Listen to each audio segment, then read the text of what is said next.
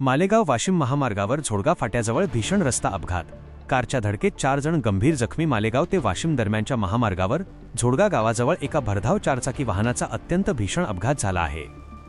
या अपघातात वाहनातील 4 जण जखमी झाले असून त्यांना तात्काळ उपचारासाठी रुग्णालयात दाखल करण्यात आले आहे।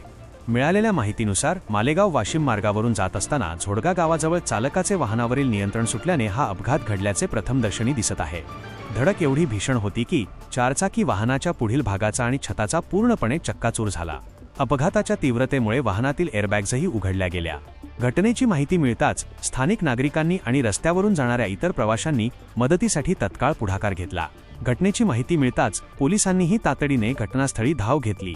स्थानिक नागरिक आणि पोलिसांच्या मदतीने जखमींना वाहनातून बाहेर काढून तातडीने रुग्णवाहिकेद्वारे जवळच्या रुग्णालयात उपचारासाठी हलवण्यात आले आहे।